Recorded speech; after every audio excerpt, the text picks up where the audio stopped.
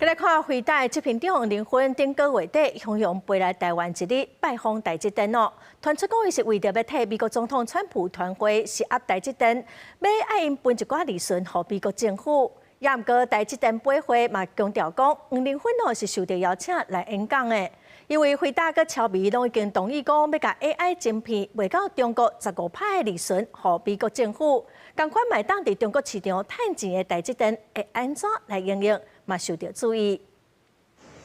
顶个月底，回答执行长黄仁勋来台湾，当时伊表示要为台积电创办人张忠谋庆祝生日。不过有消息传出，黄仁勋来台湾是要替美国总统川普传话，叫台积电分红予美国政府。台积电飞回讲，黄仁勋是应邀到台积电来内部演讲。台积公司甲美国政府拢有真畅通的沟通管道。对于台积电而言，它就只是一个中间的晶圆代工厂商而已，并没有任何的商品要销售到中国大陆去。所以说，川普如果真的要要求台积电进行分润，我认为这个部分是属于师出无名，而且几率不高。消息传出，川普政府除了向回答要求，要调放25%输往中国 AI 晶片的营收，成为前湾大工厂的台积电敢会当做无事能力。另外，还有科技业人士是讲，川普政府虽然无入股台积电，不过川普可能还会继续出招，包括半导体关税协议问题，也加甚至分割 Intel 的制造业务。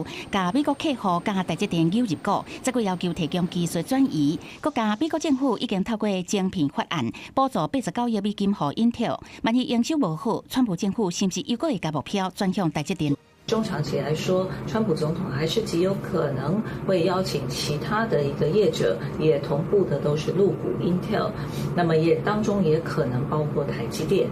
那这个部分当然对于台积电在整体的一个营运上，当然会形成比较不公平的竞争环境。根据 TrendForce 上新调查，台积电第二季伫全球的晶圆代工市占率已经头一届达到70%，头人的地位徛真在。要安怎避免美国的销售恐惊这牵涉到台积电去美国设厂的规模甲进度？记者采访报道。